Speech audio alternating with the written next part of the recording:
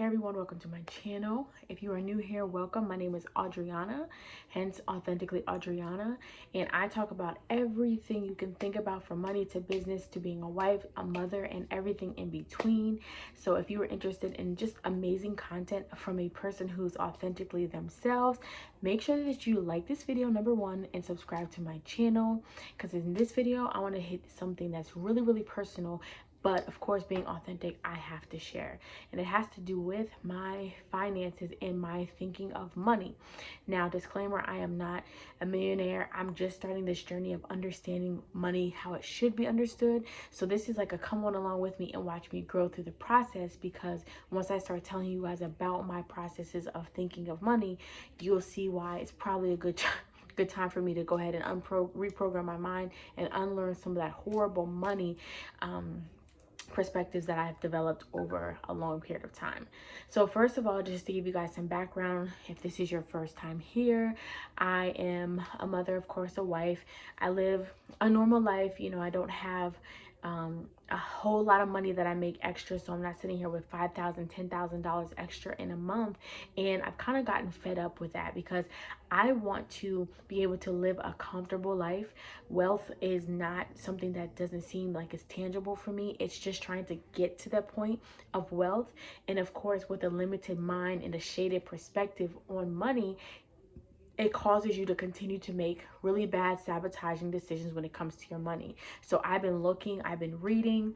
I just got my hands on this book by Myron Golden. It is truly a gem. It is called From Trash Man to Cash Man, or Trash Man to Cash Man. And I'm not even halfway through the book, and just the amount of gems that he has dropped in that book is incredible. And if you go on YouTube as well, he has plenty of lectures and podcasts where, again, he's dropping gems on how to become wealthy. And one thing that I wanted to share with you guys first is, even just so shortly reading his book, I think I'm on page 50 and there could be like 100 and something. And I'm not normally like a reader unless I get my hands on something really good. But one thing that I like that he said was that a lot of our money actually comes, a lot of our perspective comes from money. And a lot of us don't realize that when we grow up without a silver spoon, we kind of develop our own way of thinking about money. And he just had a lot of positive thinking strategies and ways to get over that hump. And a lot of people, unfortunately, in Christianity or any type of religion, unfortunately have a really tainted view on money. Like, wealth seems untangible to us, because we're just so used to thinking like money is bad. And one thing he did say, getting back to that, was, you know, that money isn't bad, it's just sometimes used for bad things. But wealth it's fine. And one thing that I realized that I started thinking about very quickly after reading was, if somebody gave me $1 million today, before reading his book and really getting into this new direction when it comes to money and the possibility of wealth, I think if somebody gave me $1 million, I would have taken that $1 million, gave some to my family, bought a car, bought a house, and literally probably have blown the entire thing. But with just a couple short days of reading his book and also diving into some of his podcasts, I'm like, how foolish is that? And see, what happens with people is, if you're spending money as quickly as you're getting it, you're not going to be wealthy. So I'm like, instead of me going ahead and getting cars, houses, and stuff like that with $1 million and thinking I'm situated for life, I've learned in just that short period of time, a couple days, it's better to invest that $1 million into something that will continue to make me millions of dollars. I don't want just 1 million, but continue to make millions of dollars. I'm like, that is so profound, because a lot of people would do the same thing. Oh, I can just leave my job and I can just be set. You can't really comfortably be set with $1 million for the rest of your life. One thing that he said also that I thought was neat is, he said it in a way like, where everybody who has made $25,000 a year and has worked for 40 years has made $1 million. So everybody kind of has been a millionaire, but because of how long it takes, you really don't feel like a millionaire. And you're not, because as quickly as it comes, it's going out. So I really appreciate, again, some of those gems on how to think about money.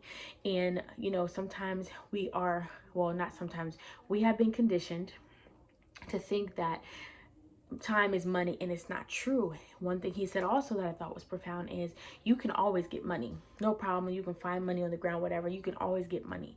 you can't get your time back. So it's like trying to find something that you can do where you're spending minimum time, valuable time for you, but can still make money. And I'm like, this resonates so well with me, because me as a person, though I'm a hard worker, I'm not lazy, I want to do good things in this world, I don't want to have it where I have to work all the time, where I can decide to, not today, yes today, travel when I want to, be able to financially help other people without having to check my bank account, because I just know that I have it. But I realized, because there's a lot of different information I'm consuming, and I realized that my negativity, I'm gonna lean like this, guys, because we're like friends, right? So my negativity towards money was well developed before I even made my first dollar. And you know, as you grow up, you hear people say money doesn't grow on trees, or money is tight, things are tight, we can never afford that, you know, the money is the root of all evil, and especially in churches, and give your money to this and do this with your money. So not knowing, your subconscious is taking that in, and then you're acting out on that, and then you wonder why you can't get ahead. Now, I'm not blaming anybody, but this is my reality. And that is, I grew up in a family where my grandparents were well off, and they made sure we were good. We got clothes, we got some really great experiences, but that was their money. And nobody ever sat down with me until much older, like my adulthood, and helped me understand money. So from the time I started working at 16 till about 24, 25, I was doing the best I could with how I knew money worked. But see, my first job, I was working at a grocery store, and I was paid every single week. So my understanding and what I developed over this time was, you know, you basically work paycheck to paycheck, spend what you want, do what you want. All that money's gone, you get paid again. So nobody was asking me, you know, what are you saving? What are you putting your money towards? Nobody asked. But maybe because I was working and I didn't ask for money, it wasn't a conversation. But I continued those horrible self-sabotaging financial ways, and then it continued into my adulthood even further. And even though I made more money, my mindset never changed. So I was always living tight, checking my bank account, overdrafting, wishing magical money would appear. And it was very devastating. And it wasn't until I met my husband that he was a lot better with his money, and then I was able to kind of chill out with my spending, slow down on certain things. And now I'm so much better, because now I don't live beyond my means, because that's what I was doing. I wanted to keep up with the Joneses, and that type of lifestyle is so draining. It leaves you upset, broke, and kind of depressed. So now, even learning more about where those bad habits of money came from, I of course had to learn to train my mind to not always spend when I don't have it, or plan or save. I always had a interesting feeling towards like investing. I didn't understand stocks. You know, I was like, where can I put my money, and so I can get a return on my investment? So there's a lot of conversations that I wish I would have been introduced to or exposed to, or even would have known how to ask. But now in my 30s, and I'm always tell you guys my age, that I can now go back and say, you know what, now I'm 30, I can learn how to invest. I can learn how to turn $1 million into multiple millions of dollars. But it's just something that I had to go through a lot of different things. Books, I mean, books have so much information, and unfortunately a lot of people don't like to read. They rather spend 4 to 7 hours on Instagram, YouTube, catching up on Netflix. And so there's a lot of valuable information. And there's something he said that I think only 5% of Americans can be wealthy or get wealthy, because a lot of people give up too early when it comes to trying to get that money. Now, sometimes people are just given like silver spoons, and they just were grown up or born in a family that has money, right? So they don't really have to do anything. They maybe have been taught the family business, and they don't really have to work hard. But then you have people like us or like me who may have to learn a new skill, and unfortunately a lot of people don't like change. So I may have to learn a new skill in order to get that type of money. But to me, if I'm learning a new skill, upfront may not be so much a big benefit. And I think that's where a lot of people stop, because they're like, well, I'm not generating any money. But sometimes it takes time. But once you generate that money, from there it's coming in like clockwork, and you really don't even have to think about it. So that's going to be my biggest challenge, wherever I land, that I can offer a service or do something that, even if in a week's time, 2 months time, 3 months time, nothing turns around that quickly, that I will continue to progress and push forward. Because once I do go ahead and crack it and get it, then I know that money will continue to generate, and then I can finally be more financially free. So again, I encourage you guys. I mean, there's plenty of books, and I just happen to I happened to find the Myron Golden one, where we're staying right now.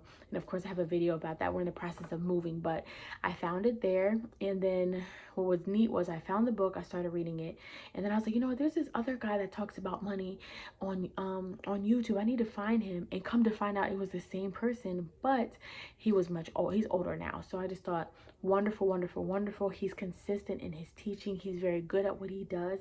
But of course, he's learned from other people. So you have to find a person that you like and use their tools. He's used his, and Myron, and I think the last thing I heard was he has a $10 million revenue for his business or businesses.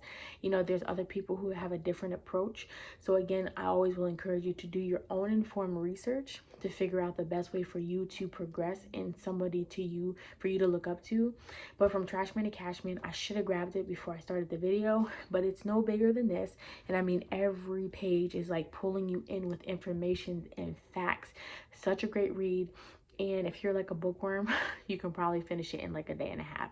So guys, thank you so much for watching. Thank you so much for your likes and your subscriptions. And I'm going to be doing a video. I'm going to try to do one at least once a week. But if you do not subscribe to my channel, you're not going to be notified when I do a new one. So make sure you subscribe. And until next time, ta-ta.